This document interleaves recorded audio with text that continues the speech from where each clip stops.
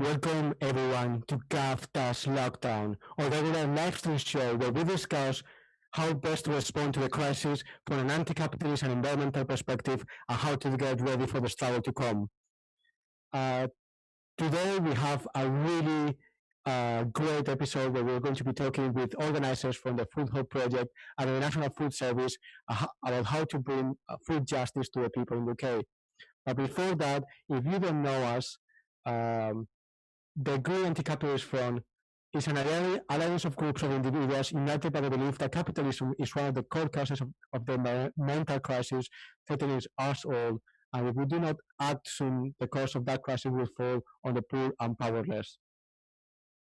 If you want to find more about what we do and what we're doing right now, you'll find us links to all our social media and our website under whatever platform you're listening to us, be it Twitch or YouTube in the future.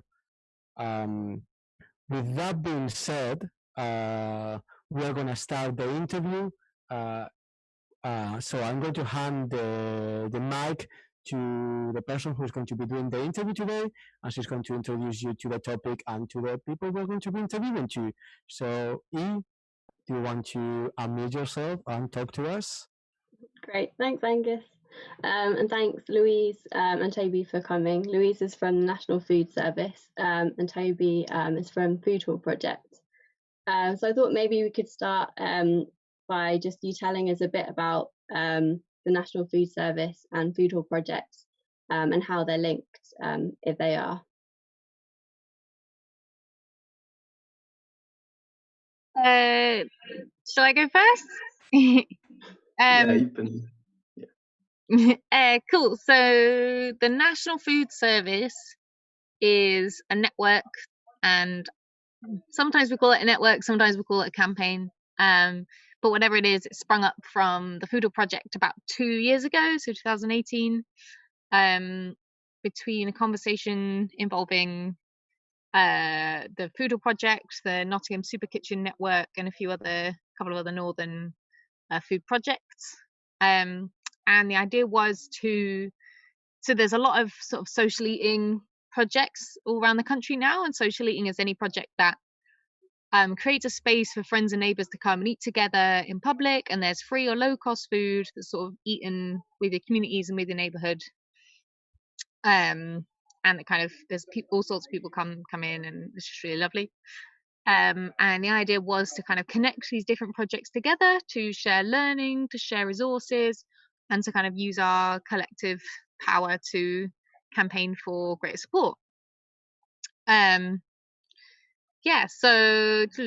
I'm from the National Food Service Bristol, which is the Bristol branch of the National Food Service Project campaign. Sorry, that's the really beautiful cat that comes in. And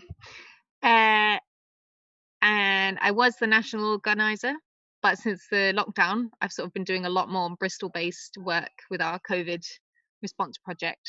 But also I'm really pleased to say that the network's really taken off, and I think largely because people are like way more happy to jump on a Zoom now. We're starting to work a lot more coherently as a network, as well as like distinct branches. So it's going well as anything can in a crisis. Totally. Yeah, that was great. I mean, I think pretty much like covered Foodhall and National Food Service. So maybe I'll just give a bit of context on Foodhall, a bit of extra context on Foodhall in terms of like what we used to do and then what we're doing at the moment, which is obviously quite different. So yeah, as Louise mentioned, the core idea has always been like a social centre that kind of centres around this idea of social eating, and that coming together over food is a really important principle. But then I suppose the thing that grew out of that is like a lot of different communities within Foodhall, in that it's one space, but like within, we've got the cafe Wednesday to Friday, but then, or had rather, but then like we've had kind of alternative film clubs. We've hosted, we've got a Migration Matters festival that goes on every year in Sheffield, and we hosted a fair few events at those. Particular highlight that was a refugee and asylum seeker fashion show, which was amazing. That was a while ago, but yeah. And I suppose that those are kind of a couple of examples, as well as like nights and all stuff like that. I suppose that's an example of how like around the essential thing of like serving this essential need without any barriers to eating. I suppose the idea is that social element of everyone gets involved in it. It's a wider community, whether or not everyone's interested in every bit of it. It's the fact that it like serves a wider social purpose in that way. And yeah, I think builds some degree of power, particularly like say during the election, it became more and more that like Labour Party organisers were using Foodhall as a space where there could be some kind of coalescence of like left-wing ideas and easy use of the space that didn't need to be charged for rent or anything necessarily. The way we've transitioned since COVID is that we've essentially become like a food distribution organisation, in a way that before we were kind of keen not to rely on a service model of like we just provide and then the people who get food just consume, and have more of a thing of like there's lots of different members of the community who contribute in different ways. Some of those ways are just turning up and chatting. Some of those ways are kind of people who otherwise might not have access to food also being involved in like the volunteering day to day. So that's the general principle. That's been less the case during COVID, just because it's been very immediate. Although we're trying to look at like how we can bring those things in as we go along. But at the moment, what happens is we've got a helpline which people can access all through the week, but they leave voicemails, and then we've got helpline volunteers who pick up those calls. They log cards for each delivery, and then we organise drivers and we pack boxes in our warehouse, which was the cafe. We've got all this food coming in from places like the council, from like other food banks that are donating it, and then we pack that up and distribute it to people's doors, as well as being open front of house in a kind of, it's gone from food hall to food hole in the wall. It's just like a little hole where we're kind of giving things with minimal contact. And then we've got a kitchen where people are like making these really amazing nutritious meals, and then freezing them so that people can kind of get these meals that they can instantly heat up, and are like, they're really, really good. I sometimes have them for lunch when I'm doing warehouse coordination shifts. And yeah, it's like pretty amazing food to just get to your door. And at the moment, numbers wise, last week I think was our busiest week. So we managed to feed a total of about 1,000 people last week. So those are the kind of, we're looking to not be so completely at capacity that everyone's burning out, but those are the kind of numbers we're hitting right now. And that's the kind of thing we're doing at the moment. That's awesome. And so is Foodhall Project kind of one part of the National Food Service, or are they kind of more distinct than that?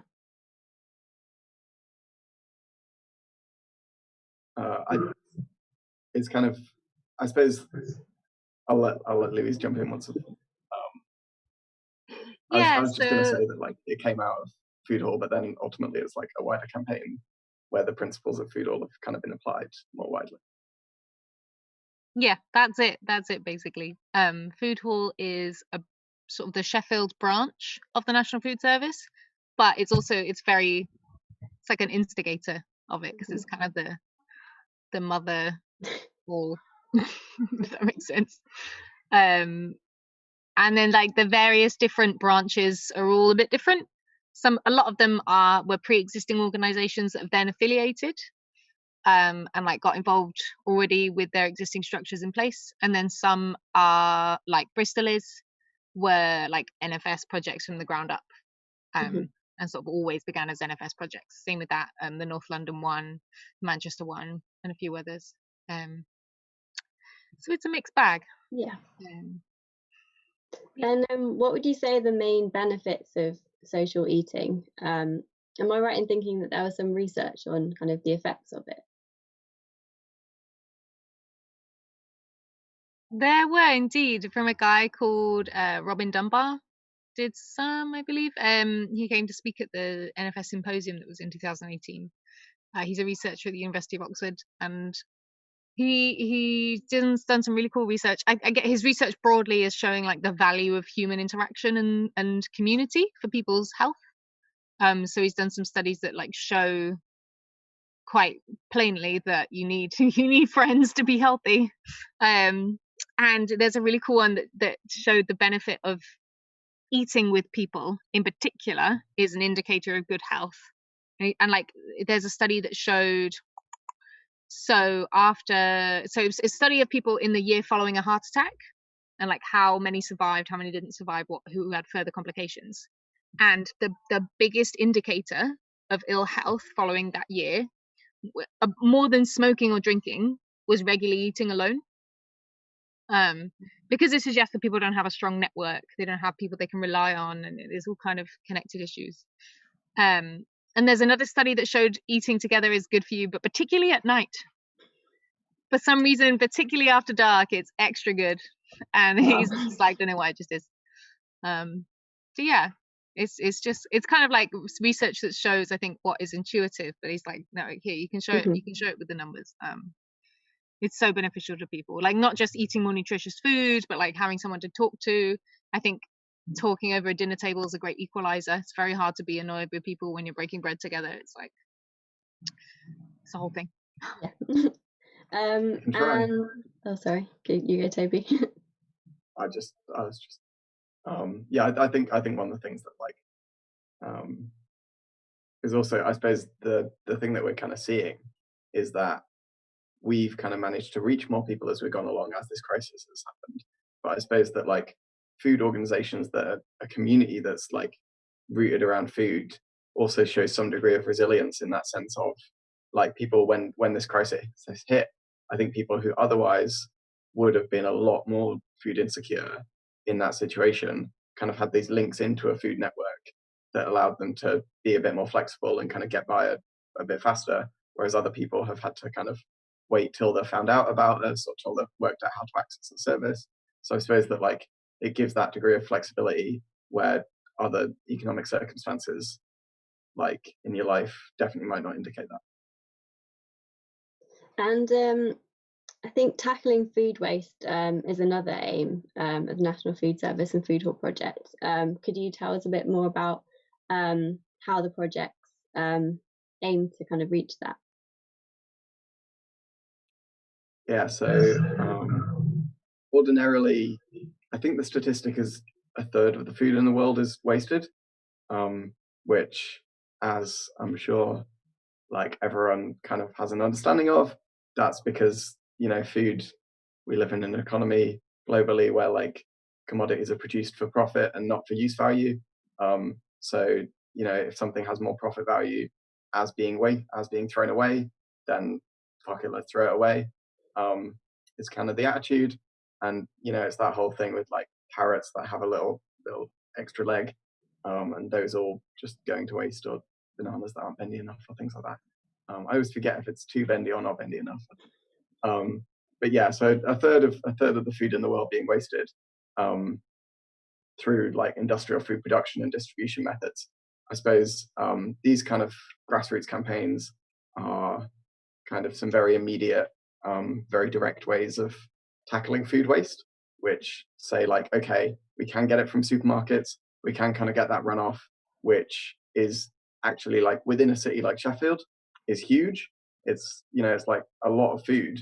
And then I suppose kind of it also allows us to build around this idea and say that in the longer term, this needs to be, you know, much more at the root cause of like showing people, oh, you know, food isn't wasted because it's gone bad, because it's like really unhealthy for you. It's wasted because of these economic factors. And so I suppose that also hints towards a politics where we can say, okay, like, let's have food that's produced. Let's look through the supply chains, look where food is produced, you know, where it's wasted, and kind of gives that wider sense of like a critique of food waste. And are those kind of conversations that are happening kind of at events at Foodhall, or is that kind of more behind the scenes? Yeah, I think those are conversations that we would have in, say, something like Symposium, which was a big like discussion of all the ideas that go on within Foodhall, and like a real kind of bringing people in externally as well as having people within the project talk about it. And I think there are also things that, say, any dinner that we might have, which an external group gives, there'd be a bit of an intro to Foodhall where that would be introduced as an idea. And I think these are discussions that even just like sitting around, you hear quite a lot. That it's not necessarily that every event you go to, we'll have like a full spiel about like the mode of production of food. But I suppose it's a general ethos that I think people, you'd struggle to come into Foodhall, maybe for some nights, but you'd struggle to come into Foodhall generally without and be engaged with it a fair amount of the time without coming out with a bit more of a expanded critique of that. Mm-hmm. And Louise, how did you go about kind of setting up the National Food Service? Were there any kind of main challenges and obstacles, or was it fairly easy to do? So I suppose the method for growing the network was very similar to growing the Bristol branch, although they're kind of different strands of my work over the last year or so.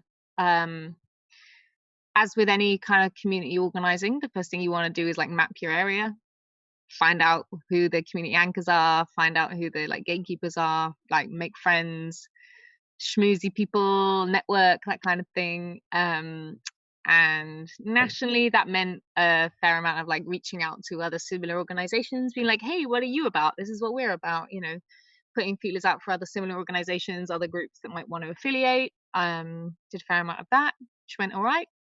And then in Bristol, it meant a lot of coffees pre-lockdown, a lot of coffees with people, meeting a load of people. And I always find it is always really interesting, the conversations you expect to go somewhere and this person might be able to link me with this person, and it'll go somewhere, would absolutely not go somewhere. And then you'd meet a nurse who was a friend of a friend and was kind of interested, and I was like, all right. And then she'd be like, there's a kitchen you could use, and I'd be like, oh my god. So it's yeah, my advice would always be take every conversation if you have the time, because you never know. But yeah, and then I think that's been really useful. So pre-COVID, we were just about to launch our first regular supper club, which is going to be a weekly evening dining event. And then lockdown. So we transitioned to emergency food delivery. So we deliver frozen meals. I think we've done maybe 12,000 or something. I think we do a few thousand a week. Out to households, just frozen meals and bread and stuff, and that's been made possible, I think, largely because of those links we already have, not just that I've made, but that the other directors have made. Pete, one of the directors, was also an Acorn organizer, so had links that way, and has 2 hats, which is very useful. And yeah, so that's really taken off, and the support of the network as well has been really useful. Practical stuff. Where have I gone with this? Yeah, my advice, as ever, map your area, have conversations with people, get them to trust you. I think the best advice I have is focus on the relationships. So don't come up with a plan and a structure too early on. Instead, focus on building good relationships with the people that you want to work with. Work out who they are, get them to trust you, prove that you deserve their trust by turning up and actually doing all the things you'll say you'll do. And then what you want to build will grow off the back of that. Because if people trust you, they'll want to get behind you and put their time in, and then there you go. So yeah. Makes sense. And how are National Food Service and Foodhall Project organised? How would you kind of make decisions? And is there are there hierarchies in there?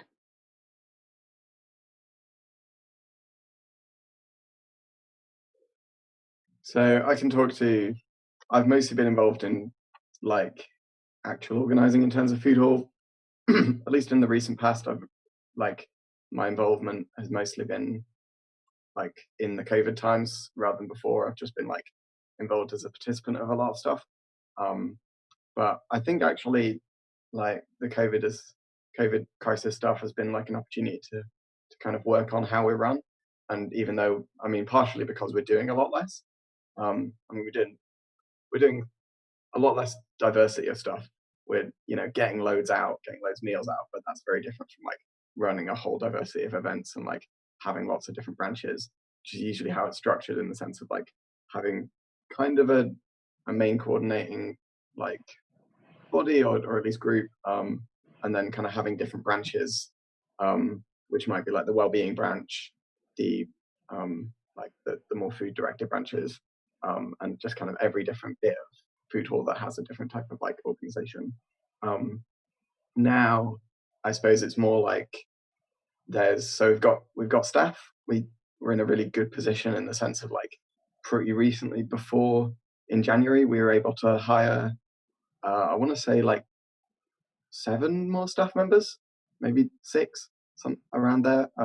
So we're in a good position of like having all these fresh staff, who obviously aren't doing the jobs they're expecting to do when they're hired, but are doing like a really good job. And kind of we have this staff team, which gives us that kind of flexibility of having people who can put paid time into it. And then through that, I suppose they're not like making necessarily executive calls, but also like they put the most time into things. So that's to some degree like how it's run day to day, alongside like each group is coordinated. So say right now it's split into like front of house, warehouse, kitchen, and helpline. And then we've got all of those different teams kind of constantly weekly having team meetings, and anyone who's involved in that bit of the Foodhall stuff, it can come along to those meetings and can kind of contribute, and then that kind of goes into a weekly general meeting as well. So it's kind of organized. Yeah, I think the staff structure really is like the way that we are able to function day to day, just because there's so much capacity that kind of needs filling there. But then there is like participation from each different section of the operation at the moment. Do you have more people involved in kind of food distribution mutual aid than are usually involved in Foodhall Project? So it's hard to say really, because I suppose within this we can really get a sense of who the volunteers are.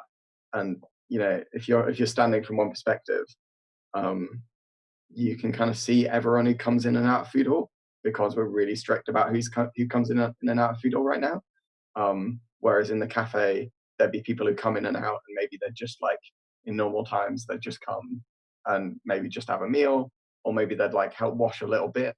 So you wouldn't necessarily know every single person. So right now we've got a lot of volunteers coming in and out, probably about like 70 volunteers a week, I think it is. And they're like really careful, you know, they're like really specifically coordinated in a way that it wasn't always before. Whereas before it'd be like, there might be anywhere from like on our weekly Friday night, like parties, there could be anywhere from like 2 to 10 people organizing that night. So I suppose there probably were more people before, but it was a lot more spread across the organization, across a lot of different purposes. Whereas this is a bigger but kind of more compact team. Although that, I don't know if those are contradictory, but that's what I mean. Great. And with the National Food Service, do you try and run things democratically? Have you kind of had any issues with organising in that sense? So the honest answer is that it's very early days. Like pre-COVID, the network as a national network just wasn't, like, it was mostly me doing the comms and engaging people. We hadn't yet reached a point where we could implement democratic structures, and I was like not a fan of kind of inventing something and saying this is how we do it before there's enough people to like get it running, because I don't want to commit to something that's not right for us, and I don't want to have to take on the job of like enforcing something that, you know, doesn't really fit. But I think we are going to have that conversation literally this week, and I'm going to propose, so the structure we do have is, you know, it's a branch structure similar to how Foodhall works on a smaller scale, but the branches are like by city or by area. Each branch has its own individual structure that's kind of up to them. The national organisation isn't constituted as anything. It doesn't have a bank account. It's not legally recognised as anything. Just the branches are, which I think is good, at least for the time being. Maybe one day we will, but I want to sort out our democratic structures first, which I think is a good idea. Someone's asked, like, how do we finance the projects? So they all finance themselves separately, largely through grants, some through donations. We're going to start with a dues paying model in Bristol. They're about to launch. But yeah, each one is independent, independently registered as something, usually a CIC. Although we're a cooperative CIC limited by shares, which is a bit of everything. Highly recommend.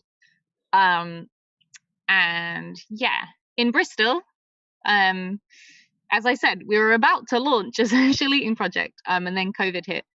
The COVID response project, same with the one in Foodhall, has been a lot more top down than we usually work because of the need to respond very quickly.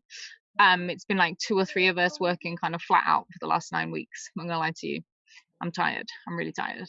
But we've been slowly sort of decentralizing and bringing more people on, which has been really good. Now we've got like a really strong phone line coordination team and driver coordination team who do the delivery driving, and like a kitchen coordinator, and like really strong chef teams and like leaders in each of those teams. So we're sort of slowly like decentralizing, and we're going to look to take on more directors soon, and we're going to start like making some moves to be more cooperative. So we got an off-the-shelf cooperative memorandum when we set up, but we are yet to like actually implement it. But I think the time is now. So great.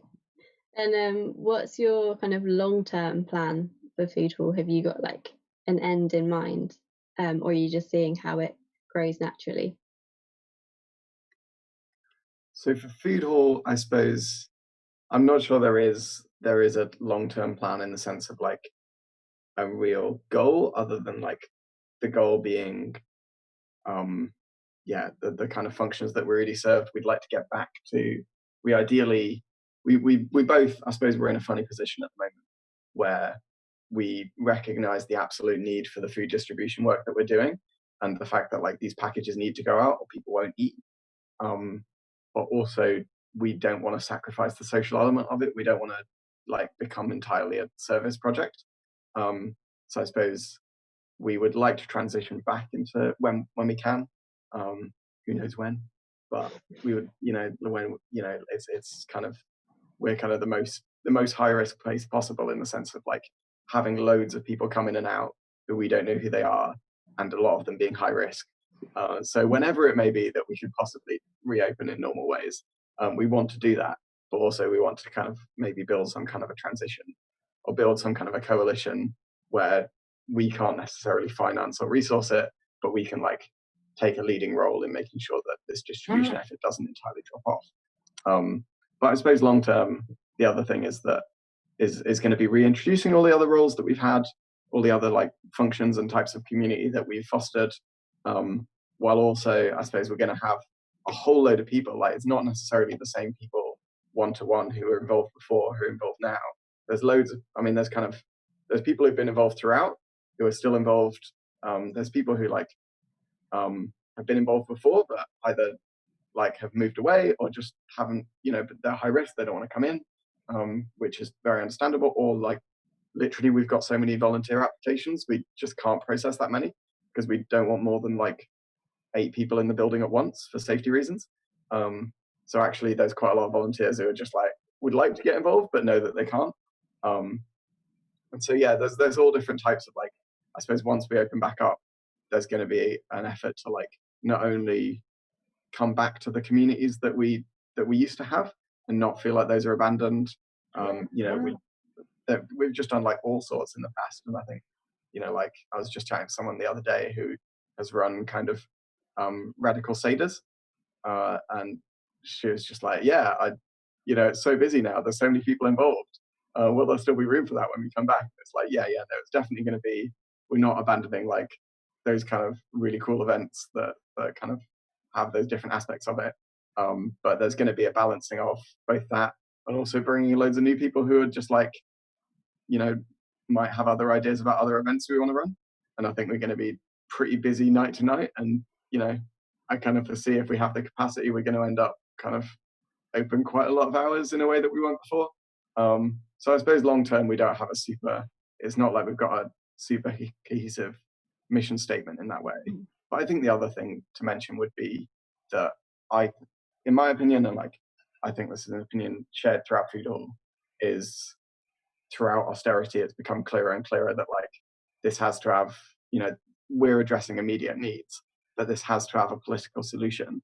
Like this isn't going to get addressed by us feeding people, and so us becoming a space where we can kind of not only serve as advocates in ourselves, but also serve as a kind of platform for other organizations that do really, really good organizing work, then I suppose that's a really important part of the mission long term, is to kind of fulfill that role, and like try and like, I suppose, be a platform and be a space where people can organize around more systematic change that can have that long-term effect. Awesome. I just wanted to add a bit about how in Bristol we're trying to engage.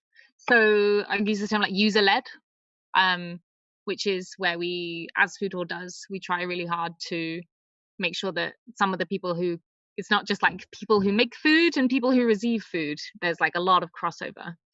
And that's something that's particularly difficult to do during the COVID crisis, because there's some very particular skills needed by the people running the project, like a high level of computer literacy, etc. But we have been doing a fair amount of work in Bristol to try and make sure there is still some crossover, which is particularly good with our phone line system, because you can do it from your own home. On your own phone and everything. So we've got some of our like key phone line volunteers are also recipients of food, and couple of the drivers are also recipients of food. The drive, they like come and pick their own up, and then a couple of other people on their street, they'll pick one up and take it there. And we're starting to work, well, we've always been working with a couple of community groups, but we're just starting to work with a couple more. There's like local community initiatives that are like just starting up and like don't know how to do insurance or like tick all the boxes with health and safety and need a bit of help with safeguarding and setting up. And so we're starting to, and like don't have enough bread, don't know where to get it from, that kind of thing. So we're sort of working with local groups to like support them and work through them, because like in my mind it makes way more sense to like work with a local organizer who's already known to their community, is already part of that community, and invest in them and like help them to do it, rather than like come in from the top. But in that way we're very different to Foodhall, in that Foodhall has like a building and a base and is rooted there, whereas we're like, I don't know, like a web across the city, delivering to loads of people. So we're kind of like have many bases, I suppose. Yeah, I think that's a good point, and something related to what has been kind of talked about recently in other live streams and kind of reading groups the GAF have been putting on, this notion of solidarity, not charity. We've been talking about dual power and kind of the projects that would be involved in creating dual power. And exactly like you said, it's kind of important not to have one group kind of providing the service and another group just receiving that. So yeah, that's really interesting. And do you two have kind of thoughts on the effect that the COVID situation will have on the way that kind of the general public will receive or perceive the National Food Service and projects like Foodhall? Yeah, I think as I'm sure you're aware, and if you're not aware, I'm sorry to bring you the news, but the food system as we know it has been hugely shaken by this crisis, and I think it will emerge looking quite different to how it's been before. If the most likely situation is everything's more expensive. It's already a lot more expensive. I'm sure you go to your Tesco shop, that's gone up by like 50 quid for a weekly shop. You know, that's been snuck in because capitalism. But also like imports have been affected. Like a lot of trust in different food systems has been affected. I'm sure you're all aware of the like last minute getting stuff to shops meant there were shortages, that kind of thing. But also the restaurant trade has been hugely affected because they've had to close. And there's no end in sight for these risks. And this probably isn't the last big virus like this. So I think a lot of restaurateurs are looking at their model and thinking of rejigging it. And a lot will just have to up their prices and just be for a more high-end market to be feasible. But I know a lot are looking to do more social output. So we've already been talking with a restaurant in the middle of Bristol that's talking about maybe changing their lunch service to social eating and just keeping the dinner service, because the lunch service didn't make money anyway. So the lunch service can be social eating, open to anyone, free at the point of service, or contribute what you can, and then the dinner service can be paid for. And I think we've been working with a lot of local restaurants that provide food for us, including a couple of cooperative local restaurants, which is really great.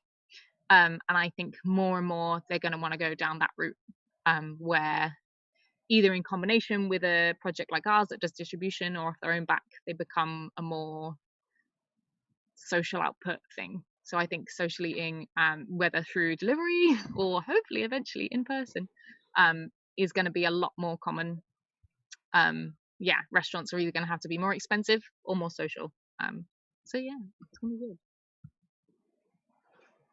And yeah, oh, sorry, yeah, Toby. I was going to come in on that. So I think in terms of like the effect, the National Food Service, and I suppose more broadly, I think linking that in with like any kind of community organizing, and also I think like just essential and low paid work.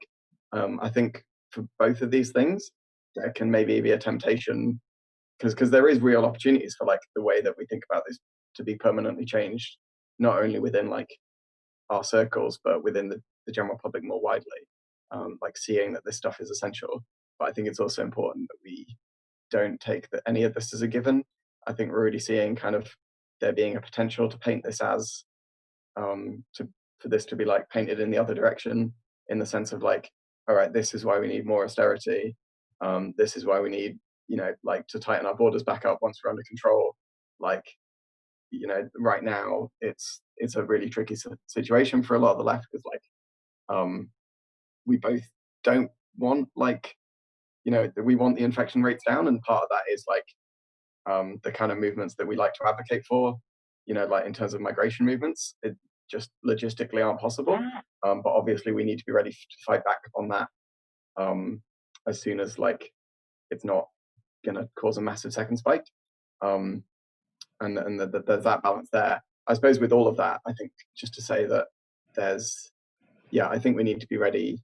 I think that there is a real potential for attitudes to change around this, both as like people in Foodhall, they're key workers, but like viewing the NHS as key workers, viewing like teachers as key workers. I think this framing of key workers is something that we can build around, but also that we're already seeing this pushback against like the NEU and against like, it's like, let teachers be heroes, let them do their jobs. It's just the stupid unions wanting to slow things down and crash the economy.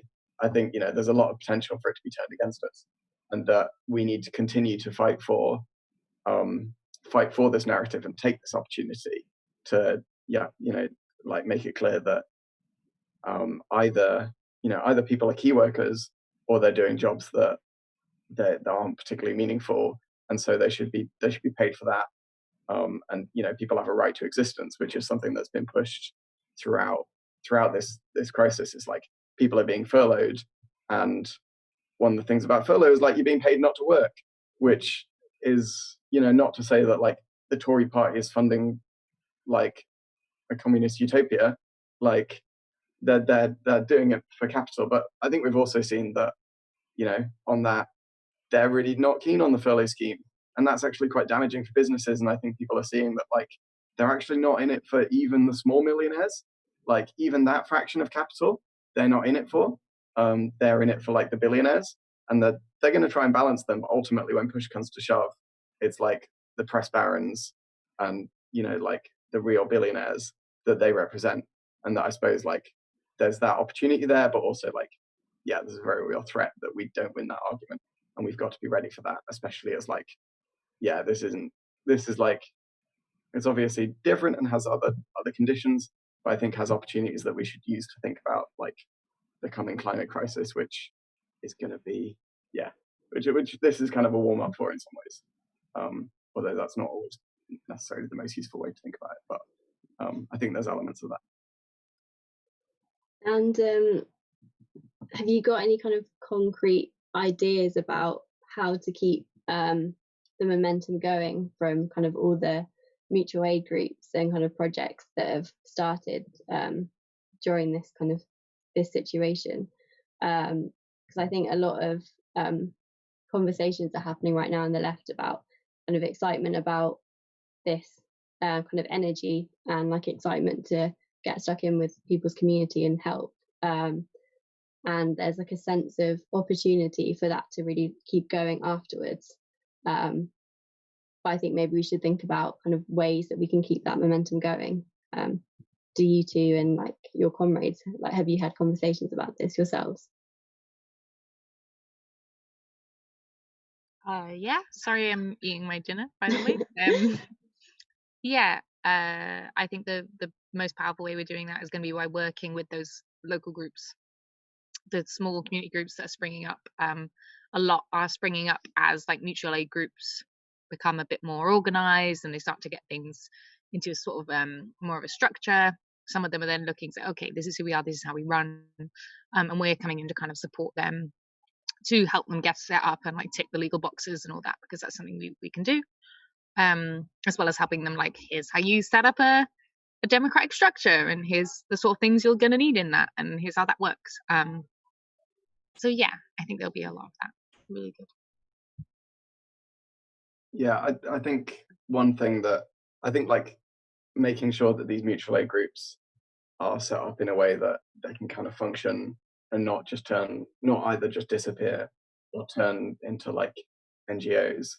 And I'm sure we've all got our critiques of NGOs in terms of that structure, but not only the legal structure, but like in terms of how they practically function. But I think the other thing that I'd really stress is that another kind of opportunity / challenge is, I think, particularly with the time that the COVID crisis has come. I'm, like, for context, I'm pretty involved in organising around the climate and labour. I'm co-director of an organisation called Labour for a Green New Deal, which kind of aimed to push, well, still exists, still is very active, aims to push on the Labour Party and the trade union movement towards like much more radical climate policy, particularly around nationalisation.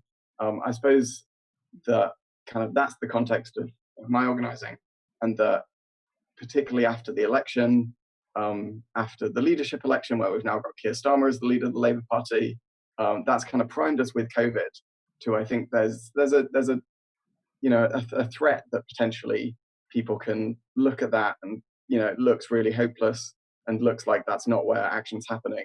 But what is happening is things locally, and that's really good.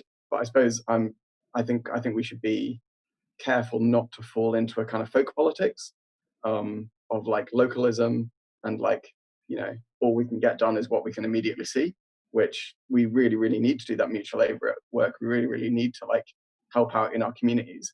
But I suppose that needs to be linked into a national struggle and a sense of national movement, which is why like something like the National Food Service is fantastic, because it does say, we've got mutual aid, and that's, it helps that function day to day, but also it links it into a wider political movement and a wider sense of change. Because again, coming back to like climate change, we can build as many mutual aid centres as we want, and we could like centre around getting like solar panels on people's houses, but ultimately that isn't going to stop the fossil fuel industry. What's going to stop the fossil fuel industry is building enough power to be able to like basically nationalise it and wind it down. Like if we think we can't do that without national structures, then I think we're just having ourselves on. So I suppose like making sure that sense of like we don't turn exclusively towards the local and keep a sense of national political strategy. Okay, thank you. Yeah, there might kind of, when we open it up to everyone else, there might be like people who have their own ideas about that, or agree or disagree. So I'll be interested to hear what other people think about that as well.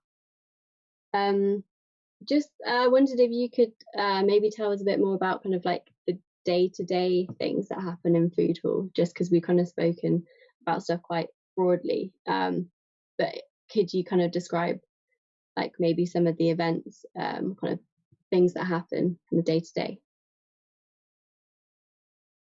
Yeah, sure. I'll try and think through. Feels like, well, it has been a long while, and it feels like even longer than it actually has been. It's been a while since I've been there. Normal Foodhall, normal Foodhall opening week. It's quite a strange idea. Thinking on it.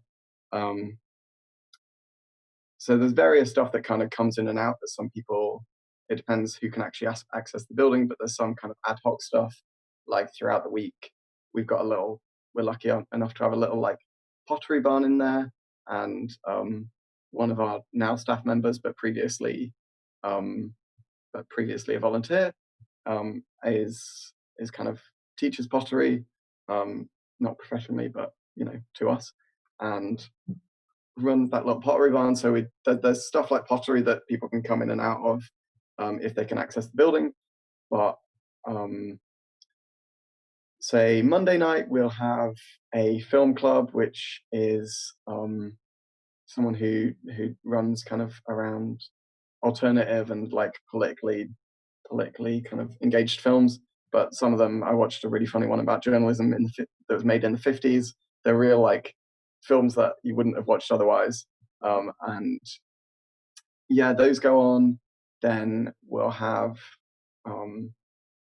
on typically Wednesdays, we've got kind of we've got what we call plates, which is an external group that comes in and cooks a big evening meal.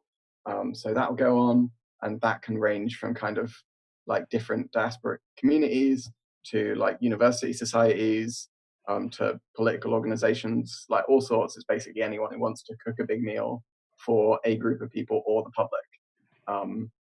That does that.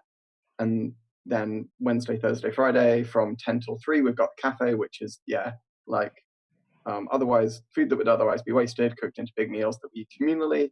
And then Fridays, we have lates, which is, Thursdays, we've got Bike Hall, which is a fairly new addition, but we've got a couple of people who are really good with bikes, and they're keen to, because biking is very big in Sheffield, they're keen to kind of teach people how to use their own bike, how to fix bike parts themselves. And so that's been really popular. And they kind of also have got funding. They got funding just before the crisis to set up like a bike-based food distribution network, which is why it's been really great to see them. Now a big part of distributing food for us is within 3 miles. We do cycling deliveries, and like we've got some trailers that people can attach to their bikes to do.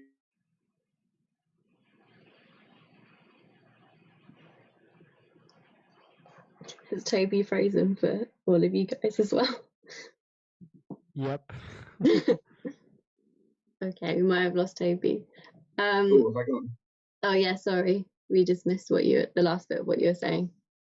I was just talking about Bike Hall transitioning.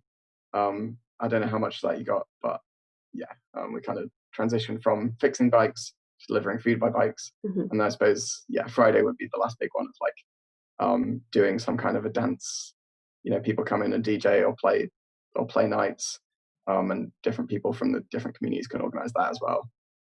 Some of them, can be like, we have like quite a lot of anti-fascist nights there, but we also have just like all sorts in terms of, we've got a really good night called Girl that goes on pretty frequently, which is like a kind of women and non-binary DJ collective, which kind of is, it's like everyone on the floor, but everyone dancing.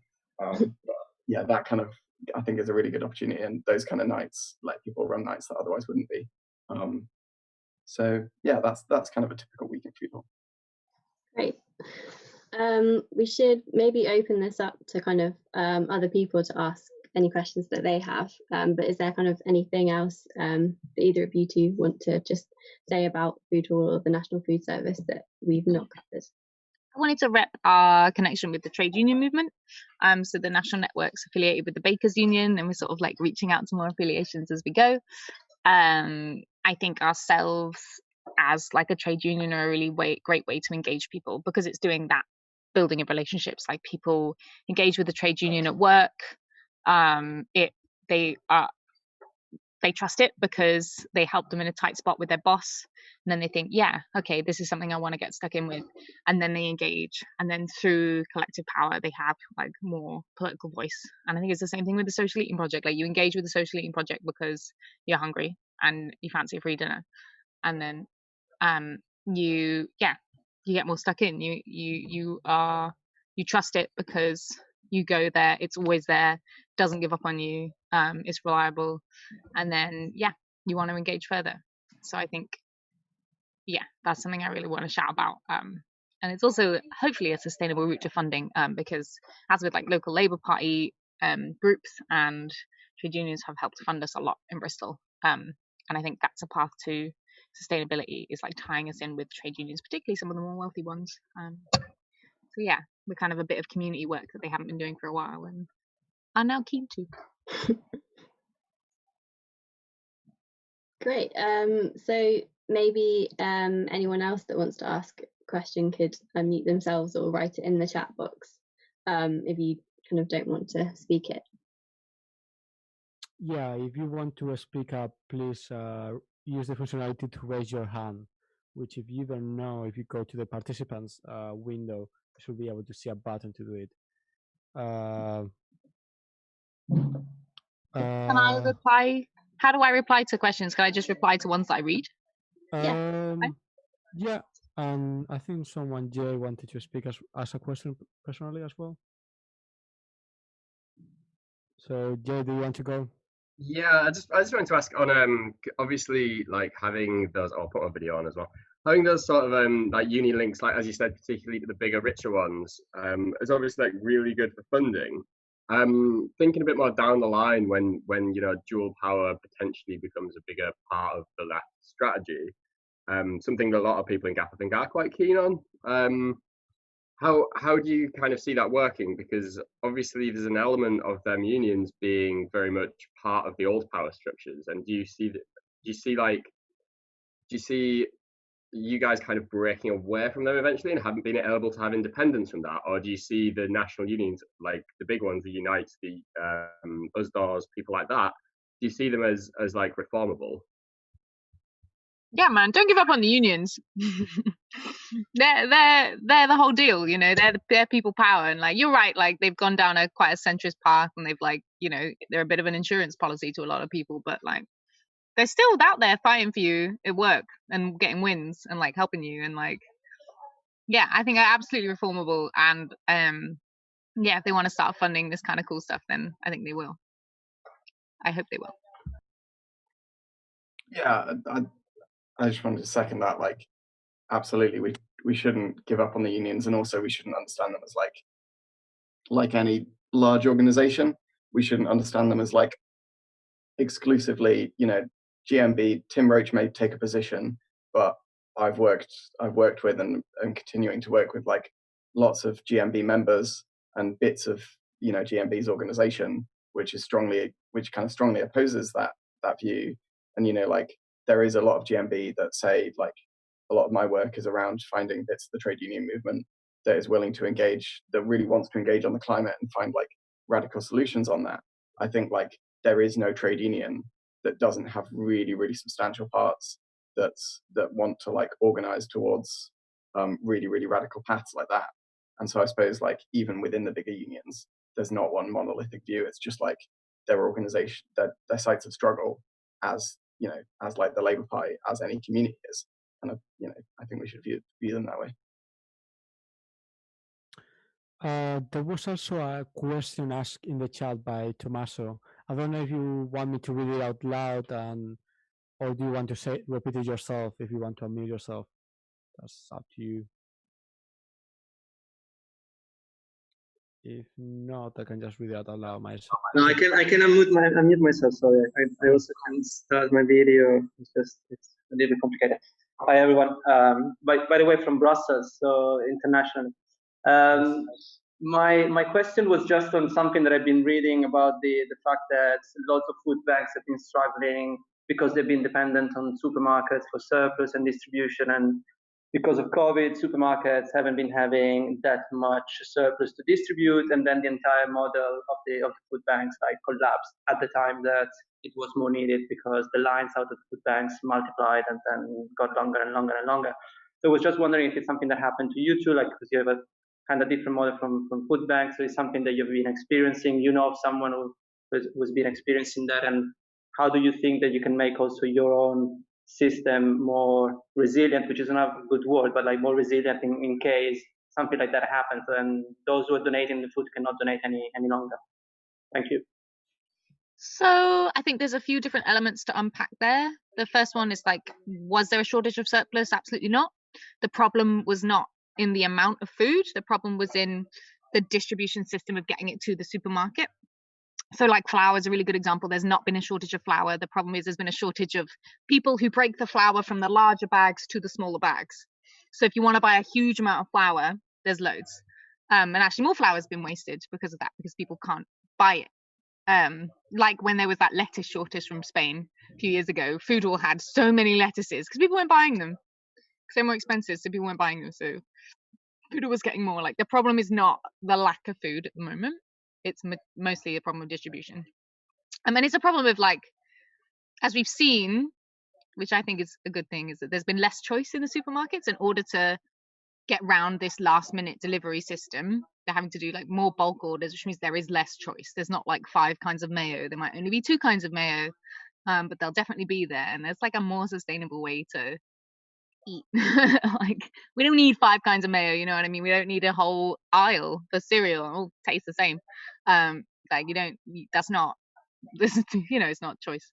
It's just silly. I think the other one to unpack is about food banks and where they get their food from and how they get referrals. So food banks aren't that reliant on surplus. They're more reliant on like donations from like kind individuals, because largely because they don't want to give out past its date food, because it's like, we don't want like old food for like worthless food for worthless people is what they don't want, and that's fair enough. Also, they tend to only do like pre-packaged food, like not fresh produce. The problem I've seen in Bristol, at least, has not just been, I suppose, food banks not getting food, but they can't get the referrals because you have to go through another organisation. So someone else has to refer you to a food bank, because those organisations have been closed, can't get to a food bank. So a lot of people have gone to these other organisations at the moment who would otherwise go to a food bank. And from the perspective of Foodhall, we definitely transitioned a lot from, well, I think mostly just because I think we're getting a relatively similar amount of food from the supermarkets, but we're just distributing way, way more. So the vast majority of the food we get is from like food banks on the council and other organizations kind of dropping it off directly to us. And I think that's, that's specific to the crisis. But kind of, if we want to be solving the food crisis on the scale it exists, needs to not be specific to the crisis.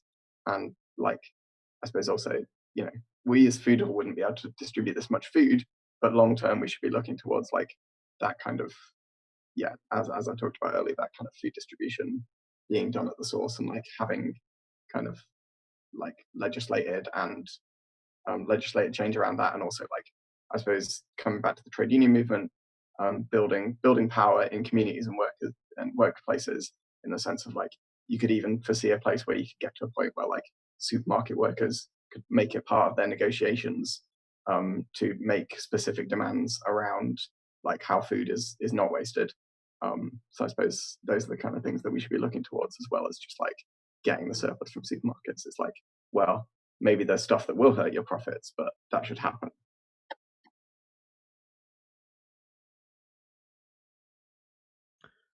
There's a question from Ash in the chat. They say, this was touched upon before, but at some point in the future, could you see your projects becoming more entwined with other local aid groups, example, shelters, supporting people experiencing homelessness?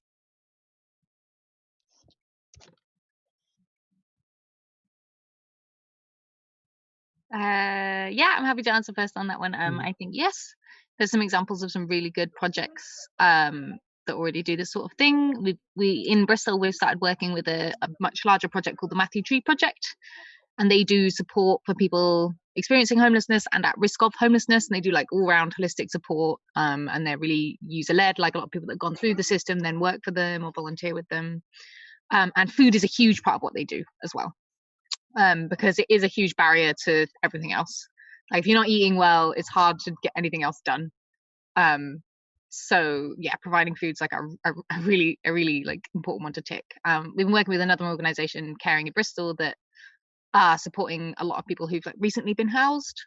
And they're having problems where people are like leaving their houses, their flats have been put in, and going to the street food provision, not just to eat. Like, they might have food in their flat, but for some company and for some friends and for like the social circles they have.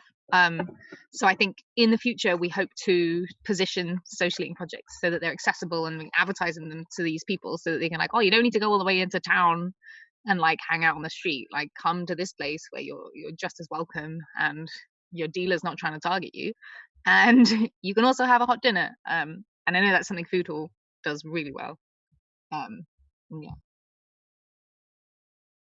yeah, we've worked with like a really wide variety of organizations, both in the past and now, like rehab centers and stuff like that, getting people directly, like to make sure that they're one of their first visits outside of like rehab or prison is somewhere where there's a sense of community and where like economic needs aren't necessarily put first, which I think makes like that massive difference. But then at the moment we're like working with the council, they're like providing us with food, but they're also, their helpline basically sends people to us because we're distributing food more effectively than they are. Like, it's not surprising they've been cut for the last like 10 years. But yeah, and also like organizations like the there's a really good one that's basically an umbrella organization for all of the refugee and asylum organising that goes on in Sheffield, called City of Sanctuary. And so we're working pretty closely with them to get referrals, and stuff. Like, they're doing their own kinds of work, but we're kind of getting food directly out to refugees and asylum seekers who obviously like don't have access to funds, or their work that they usually do is very precarious, so they're usually not furloughed from that. So yeah, we're doing a lot of that and working with people directly. We also have a hand raise. Oh, do you want to say something, Luis? Or no? Okay. We also have a hand raise by AJ Tier. If you want to unmute yourself and ask your question or your comment. Yeah, I was just going to say, our project in North London, Beth, who is the one who really set it up, we were more, it was something we both knew about and wanted to do, like I thought about it, but it was the impetus that like our place is closed and our workplace is closed, and it's got a massive kitchen where I'm usually the head chef. And so we knew we had the facility, and so we're really linked in with all the local groups. That's who we provide the food to. So for us, we're already so plugged into so many of the community groups, like asylum seekers, homeless people, women's organizations, everyone basically, NHS workers, lots of people who want to feed people in the community. Of course, people refer themselves as well. And it's not a food bank, so they don't have to get any kind of referral. So there's a lot of different people getting in touch, and then we try and give them the meals, but also groceries as well as we can. Which is some of the groceries we're buying ourselves, but we're getting a lot of surplus veg. Insane amounts of surplus veg that it's almost impossible to cook so much veg. I made a comment. I'm giving food to a streets kitchen organization that works in my area in Hackney. Food for 60 people for the next 3 nights for Thursday, Friday, Saturday, and I was like, actually, I could feed 1,000 people with the amount of veg we've got right now. So really, don't worry about getting your other provision this week. Like, let's do it this week. Cool. We also have a question in the chat. I'm just going to assume that if you write something in the chat, actually, she wants to say herself. So, Gridje, would you want to unmute yourself and ask your question? Yeah, thanks, Angus. I have like a million questions. So sorry about that. I wondered about sustainability and going into the future, and I also wondered what the priorities actually are. So the priority, is it getting people together in a social space? In the beginning you talked about social eating and that being important for people's mental health, but it's also important for political organizing and empowering and so on. So is the priority getting people together, or is it feeding people? Because I also wondered with this delivery of food that you see a lot during during the COVID crisis, like a lot of the time I wonder, why aren't people just being given money so that they can go to shop themselves and cook buy the kind of food that they want and cook the kind of food that they want in the way that they like? And also it's kind of disempowering perhaps if you're a parent and you just have to give your kids every night like food out of a plastic box or something, rather than being able to provide something for them in your own sort of, even your own culture, or whatever national food, whatever you eat normally. So my other question was going to be about how, in terms of sustainability, Could we answer one at a time, or I'm going to forget? One by one. All right, okay. Sorry, that was a really good question. I don't want to forget what I was going to say. yeah, I think like long term, our plan is to create spaces where people can come together. But at the moment, during the crisis, people need some fucking food. They haven't got any, and they really need some. Well, they're not going to be there to organize at all. With the cooked food, so a lot of the people we deliver to can't go out, so they can't go and do their shopping. We refer people who can afford it onto Acorn, who can go out and do their shopping for them. There's difficulty with cash payments at the moment if they're not online because of the virus. And then a lot of people we deliver to like can't cook, have never cooked. We have to put really specific microwave instructions on because some people don't know how to use a microwave. They've never done that. They don't know how, they may have just been placed in a house with a microwave, or they just may never have had food in their house that was made for them, or even really have that kind of experience. So providing them like frozen meals is already a bit of a challenge. We do also work with a number of other organizations that do veg boxes, so if that's what people prefer, we refer them on to that.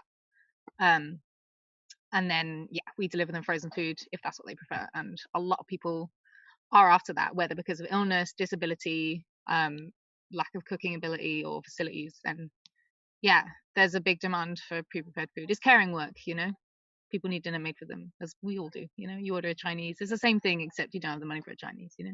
That's it.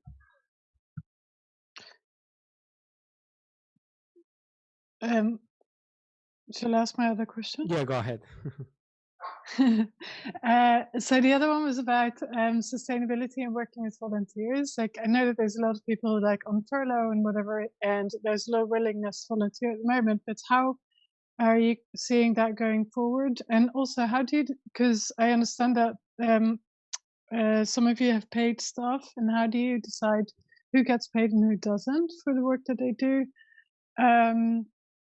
And then I had a question about linking up with local food growers and food producers rather than in effectively sustaining a supermarket model when you're, taking surplus from supermarkets. Isn't it better to, or ideally, would you in future want to link up with local producers and growers?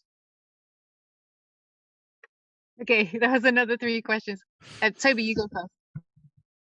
I'm just trying to think. I kind of lost track of the questions in my head as I was. As far as I think it was, how will we make sure we have volunteers after the crisis? How do we decide who gets paid when we have money to pay staff? And what about local growers? Have we considered that? Okay, cool. So I'll do very quick answers on all those. So as I mentioned before, with volunteer, we've got a lot of volunteer capacity right now. We're trying to work carefully to like meet regularly and make sure there's not burnout, and like people are keen to sign up a lot, but we're like trying to make sure that people aren't like signing up so much and so much and so much that they're burning themselves out. And then also we've got quite an active welfare team that offers call. You can basically call every day that people are on shift. There's someone there who, like, if you just want to have a welfare call to check in with, you can do that. So there's structures like that we've built in around it to make the volunteering kind of less intense and less like it's going to end up with a load of people who've been involved and now are just like fucking fried. In terms of paid staff, it's really a matter of once we got enough funding, a lot of that was from like grant funding in terms of big national lottery funding, a bit of crowdfunding and various other grants. The money that we used to pay those staff members, they were basically put out for advert and advertised externally, but obviously a lot of that went through the networks of our communities. So the majority of the roles came back to people who just fit the job description, but were who'd already been part of the community and kind of we'd seen that experience there. Not that like we're marking exclusively on that, but like that's the way it turned out. And then there was a couple of people who were really qualified and had only been tangentially involved and just heard about the job and like were fantastic. So yeah, I think it's a pretty standard hiring process in that sense of like we recognize that everybody is putting a shit ton of time in. Like people put at least as much time in as the as the unpaid staff or as the paid staff, there's just a degree to which like we've got a certain amount of money, and for now we've got to decide like which roles are paid, and these are the ones that like need to get done regardless, and that people can't drop in and out of. Oh, there was one more. Yeah, I think it was about if you really really want to link up directly with local growers of food. So we've had some people growing like from local growing stuff and things like that. I suppose. Thanks, Holly. I suppose that we just haven't had the there's like we're not in a largely agricultural society in the sense of like locally. There's people who do grow stuff, and that's really good, and we should be and if people want to donate the stuff that they've grown, that's fantastic. But I suppose like I think we should be thinking about this industrially. We've got a whole population to feed.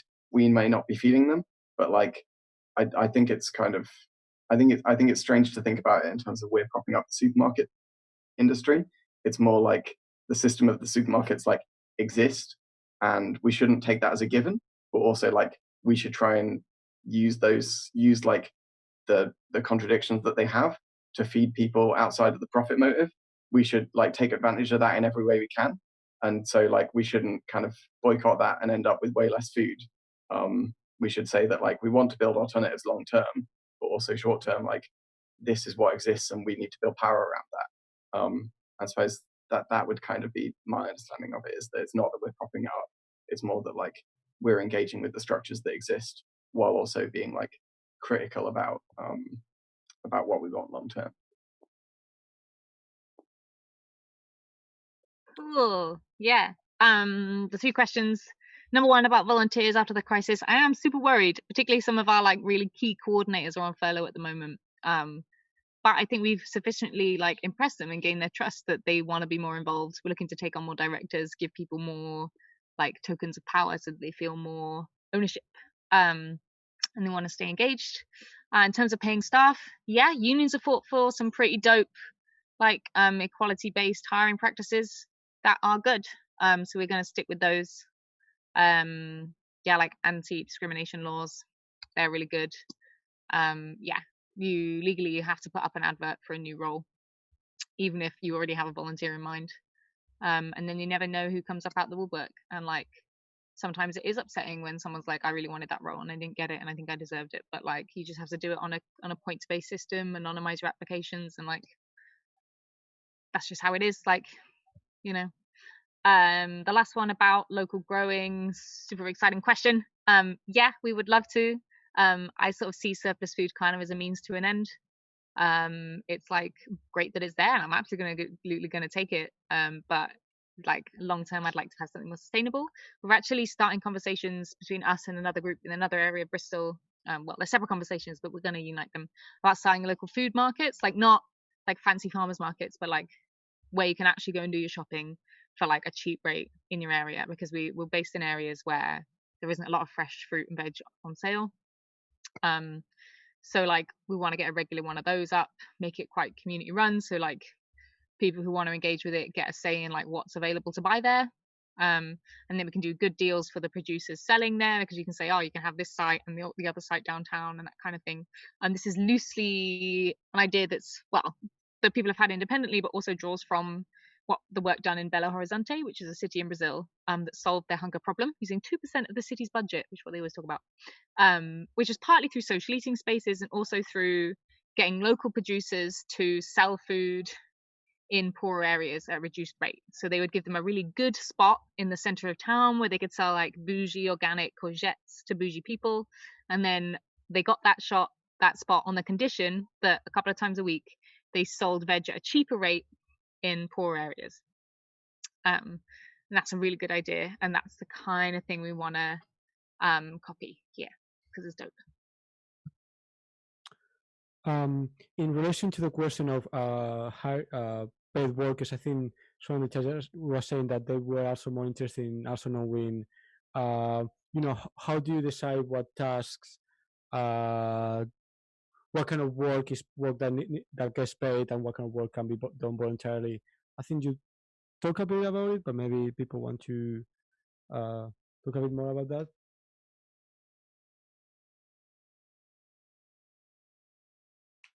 Sorry, is that the clarification I can see in the comments? Yes, one of them. About paying people. Yeah, about what kind of work deserves to get paid. Yeah, kind of echoing what Toby said. Like there are some things that like have to be done and aren't a lot of fun, and for us they're cleaning the kitchen, doing the accounts and stuff. There's a certain amount of legal responsibility you get, like being the project manager, which is what I'm doing for this COVID project, is just like really tough, and like eats away at you, and yeah, I like it is always kind of a worry, and it's something you have to keep on top of and addressing. And I think the best way to do that is to have like super clear job outlines that are public, super clear applications that are public and anyone can read, so people like know what that paid person is doing and like why they're doing it, and really clear like hours and really clear distinctions. So if someone who's paid comes in and cooks for a day, you say like, oh, this isn't part of my paid time, this is me volunteering on top of my paid work, and you have to make that really clear. It's a tension, but it's not insurmountable. Excellent. Yeah, and just to, I think, yeah, just the like as Louise kind of mentioned with like the staff who volunteer, it's definitely not about like what work we value more and what the work we feel like is more kind of like a part of the project. It's more just like, yeah, based on analysis of like, if we boil the project down to the key things that we want to happen, like if no volunteers did anything and we're at no capacity, what would be the things that would like make sure the organization could continue to run and we could actually get people involved.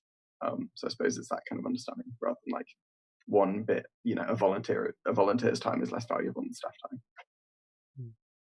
time. Jay had like a super long, massive question on the chat. I don't know if you want to repeat it yourself instead of having me read it probably with a terrible accent.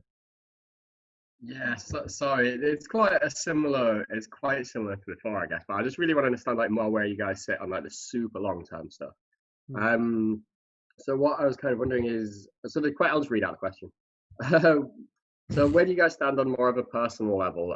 So not necessarily speaking for National Food Service, but you guys as organisers and activists.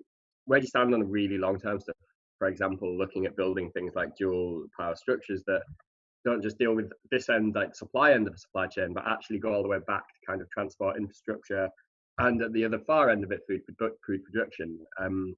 Like obviously that's really long-term, radical, like decades down the line stuff, but it's the kind of thing that I think that we need to start building for now, ideally. And I think that, and for me, the methods to do that are probably unions like the IWW, UVW, and people like that. Yeah, I just wanted to know what you guys thought about that sort of thing.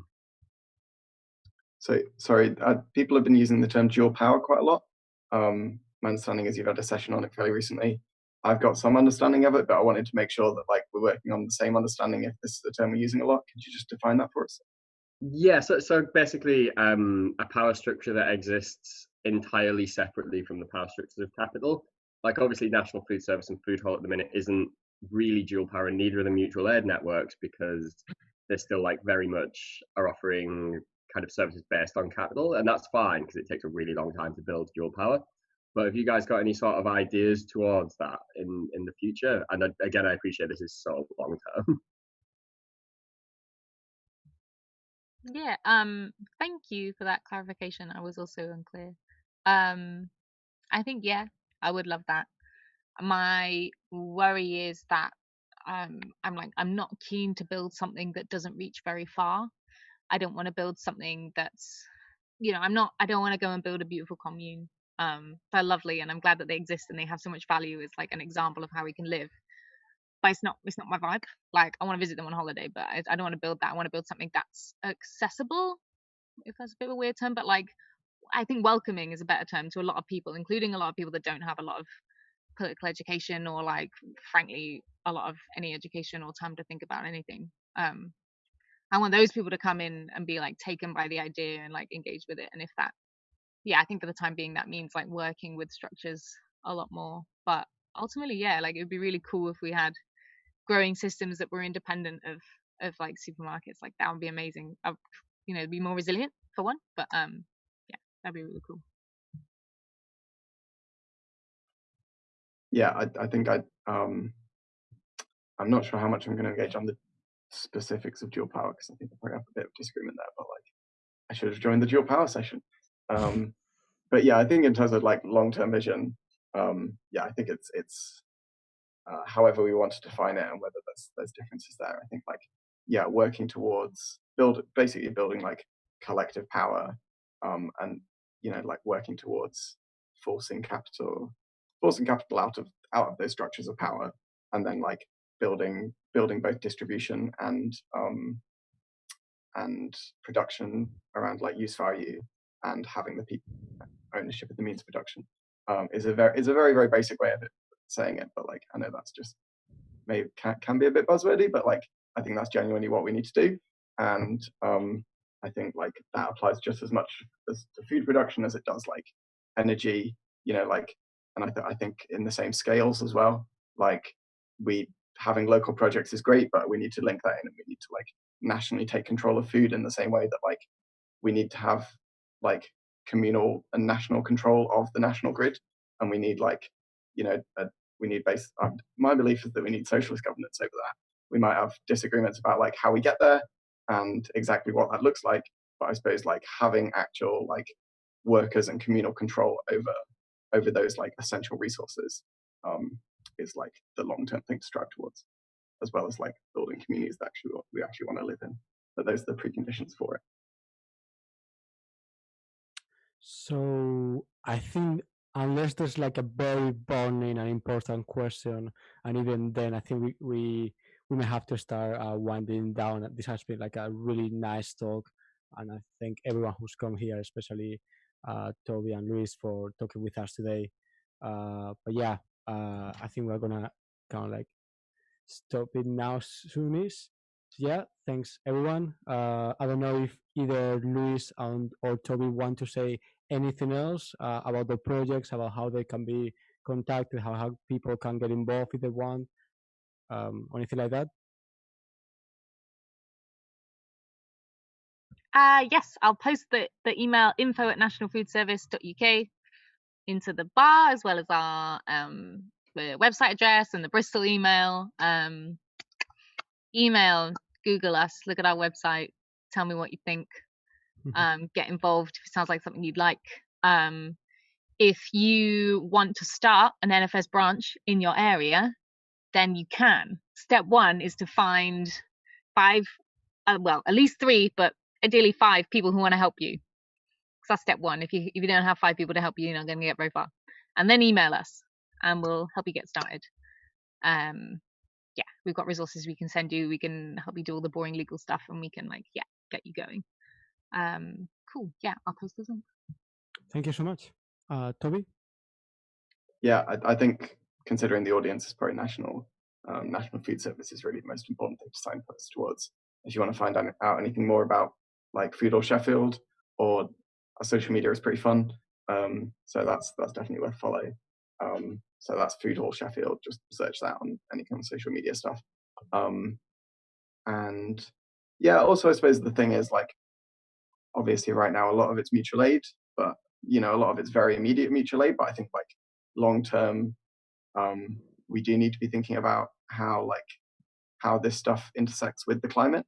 And so I suppose this is a good audience to like, as you're engaging and, you know, getting involved in this stuff, I think like there really is a lot of scope for thinking about how do we make food a site of struggle against like climate change in the fossil fuel industry, as well as like food waste. So I think there's big opportunities there, and that's something worth bearing in mind as you choose to get involved, if you do. Cool, thank you so much. And with that said, I think, yeah, I'm just going to remind everyone that if you enjoyed this content, you can also get involved with GAF.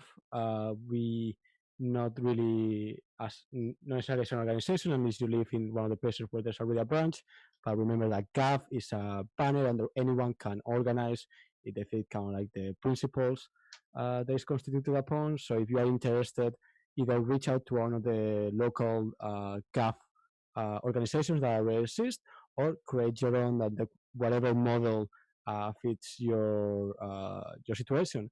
And in fact, I think very soon there's possibly going to be published a guide on how to possibly do that. Maybe if one of our organizers doesn't die of extenuation before that.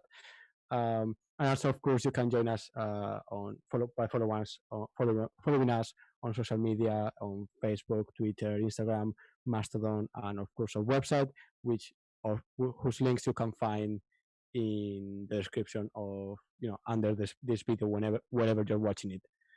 So yeah, with that said, I think I'm going to say goodbye. Thanks everyone for coming. One last thing, I do want to remind people that next week we have a reading group on mutual aid.